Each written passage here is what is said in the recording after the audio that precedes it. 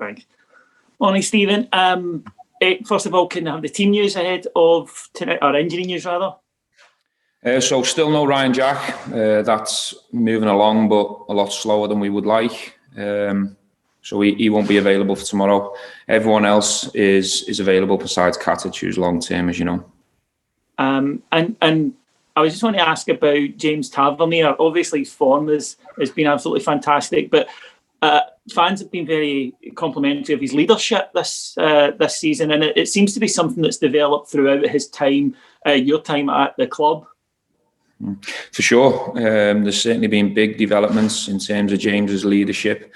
We obviously seen something from the outside coming in here. Having spent some time in the early days around James, I believe my decision was correct to make that decision. I knew I had to put other leaders around James, certainly early on, to help him as well and support him, because it is a big job and a big role to be the captain of Rangers. But I think having Alan McGregor and Conor Goldson, Scott Arfield, Stephen Davis around him, he's got enough experienced partners in the dressing room to lean on.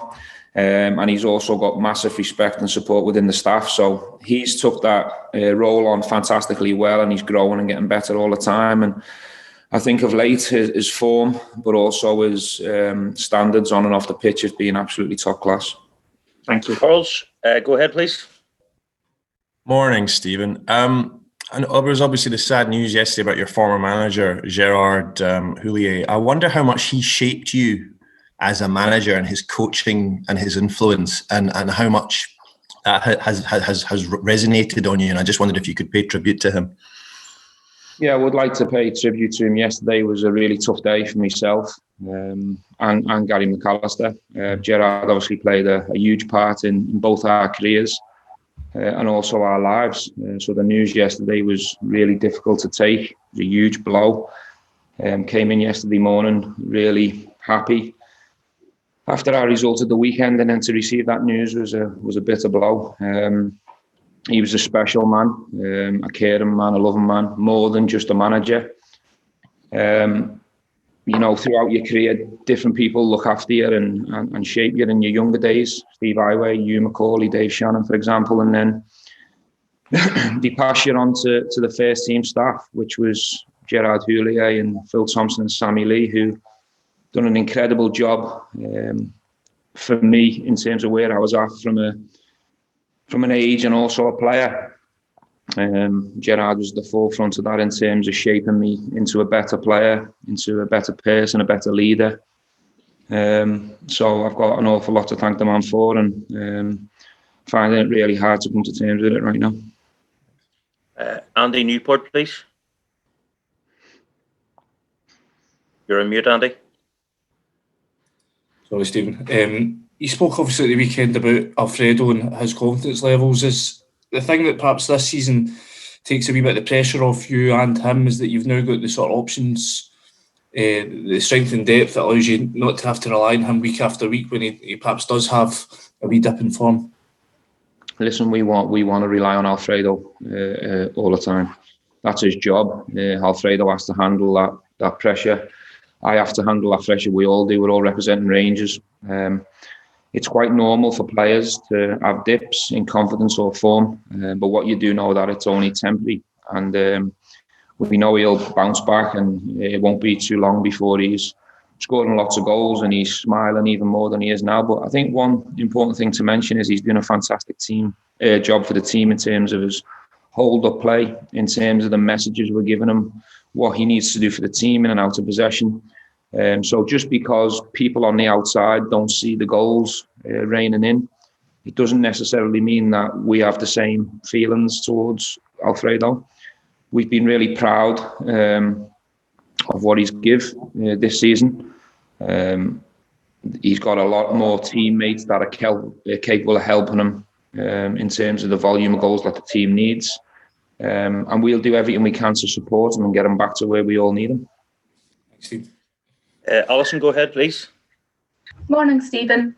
Morning. I've spoken about James already, but if you look at other players in the team this season as well, Ryan Kent, Conor Goldson, they all seem to be just reaching their peak form. I know you've touched on some of the work you've done, but what is it about this season that's just brought them all into form at the same time?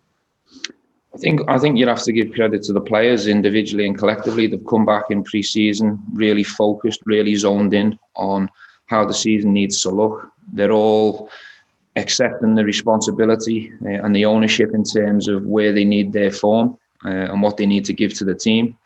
And the reason we've had such a strong start to the season and followed that on up until the middle of December is because players are contributing, players are doing the right things on and off the pitch to prepare themselves for all the challenges that are coming our way. And we know we've got the talent in the building, we know we've got the squad depth, but the challenge for us now is maintaining it and proving that we can go the distance and finish the season as strong as we've started it. That's the big challenge for everyone here. Raman, go ahead, please. Thanks, David.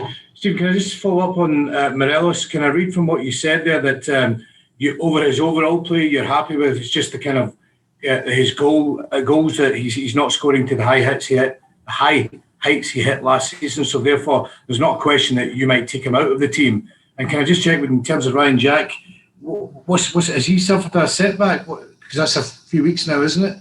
Yeah, he hasn't suffered a setback as such, but maybe the original injury that we got was maybe underplayed, if you like. So the injury was probably a little bit more serious from the beginning. And we've tried to push him a little bit to get him back, but you get signs and moments in your rehab where sometimes you've just got to come off and relax a little bit and go a little bit slower to slow it down. I don't think it'll be too long before he returns. But when you love Ryan Jack as much as I do, you want him back as quick as possible. So it does feel like it's been a bit of a slow one. In terms of Alfredo, we don't analyse just the goal return. We analyse, how's he looking from a fitness point of view? What's his application like in training? Does he deserve to start? What's his hold-up play like? Is he getting in the box enough? Is he doing the job for the team? Is he counter-pressing? What are his running numbers like? What's his movement like? What's he like around the play? We analyse lots of different areas before we make a decision. Should he stay in the team? Should he be in the team?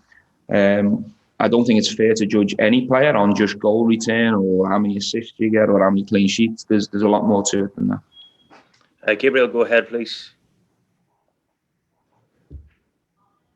Morning, Stephen. Morning. In your time here, you've always done well against St Mirren. I don't think they've actually scored a goal against you, but is it perhaps a difficult time to play them? They're unbeaten in 9 games. St Mirren is certainly in a good place. We've watched a few of the games of late. We're obviously well aware of them. They came to Ibrox earlier in the season. Jim has them really well organised. Obviously, they have a good block, a good defensive organisation. They all want to defend the goal really well. And they've got threats within the team. They've got pace on the counter-attack from the sides. They have a focal point who can hold it up, and they've got a lot of energy that runs off that. So they've definitely got a plan and a way of playing. They're in a good place, as you say. The form of late's pretty good, but so's ours. And we've got good players. We've got players in fantastic place. We're going there with confidence. We want to get to Hampden and into a semi-final just as much as St Mirren. So it's all set up to be a good test and a good game, and it's one we're looking forward to. David Tanner, please. Good morning to you, Stephen. I heard Danny Murphy say much of the stuff that you very eloquently said there. About Gerrard. The fact that he was a people manager, has that been something that you've taken into your own management style over the last couple of years? Look, I always try and take the best bits from all the coaches and managers I worked under. It's impossible for me to have the charisma and the care and the love that Gerard carried. I think every player that's worked with him will certainly echo that. All the coaches that have been around him, he was just a special human being. This is not a guy who just focused solely on football and what you gave to him in terms of the relationship player to manager. This was someone who, at my age, wanted to change me as a human being to become an elite professional, wanted me to be a better person, wanted me to really understand the tactics and the game from a different way and become an even better player and build all the stuff around the talent that I had at that age. I'll never forget that. I need to send my condolences to his family, who are now all being very much pain at the moment. just a sad day for football and for me from a personal point of view. And it'll take me a little while getting over this one because I spoke to him just a few weeks back. Spoke to him a lot in the summer. I was meant to meet him in Lyon when we had a pre-season friendly there, but he was out in Corsica having a rest with his family. So, it's a sad loss from a personal point of view. But even bigger for football because a lot of people knew him and knew that he was more than just a manager. Andy Newport, just a quick question on the Euro draw, and that's us complete. Yeah, Stephen, can I just get your reaction to yesterday's draw, obviously at Antwerp? Your thoughts on them, having obviously played Belgian opposition this season already? Look, it was fantastic to watch the draw. Really proud of what the team have given the competition so far. Pleased for the supporters that they could watch the draw from home. And, whoever we got was going to be a tough test and a tough challenge. Obviously, we drew Antwerp, another Belgium opposition. I think they're in a false position in the league. The early bits that I've watched of them, I had a little quick hour on them last night just to get a flavour of what they're about. I predict that they'll finish in the Belgium league right high up there. They're a good team. So it's going to be a fascinating tie over the two legs. It's good to be at Ibrox for the second game. And when that comes around, we'll make sure that the team are well prepared, well drilled and ready for the challenges that faces. But we're going to have to be at our best if we're to qualify for the last 16, that's for sure. Right, apologies. Jordan Campbell's with us. I didn't realise. Go ahead, Jordan. Cheers, David. Morning, Stephen. I just wanted to ask you about Conor Goldson. He's obviously getting a lot of praise just now for his defensive performances, but on Sunday it was quite noticeable how often Mickey Mellon was, warning his players of those diagonal passes. It makes. I'm just wondering how much an asset do you think that's becoming to the team? Well, I think the key as a team is that you need to, have threats from all over the pitch in different ways. Teams are setting up to try and nullify us and try and stop us in different ways. And teams in the past have had some success doing that. And we've had some frustrations when we've come up against certain oppositions in terms of finding different ways to solve the puzzle, if you like. I think Connor's certainly been outstanding since the first day of the season, really playing the best form of his career so far, showing incredible leadership on and off the pitch alongside James and the other lads. And his passing's gone to the next level. He's worked on it. He has got the diag in the bag, no problem. He can play the direct one over the top. He can break the lines with his passing. He also knows when to do it and how to do it, which is something we've tried to work on with the player to help him develop and grow. But Connor's put the work in, and we're really proud of the level he's playing at the moment.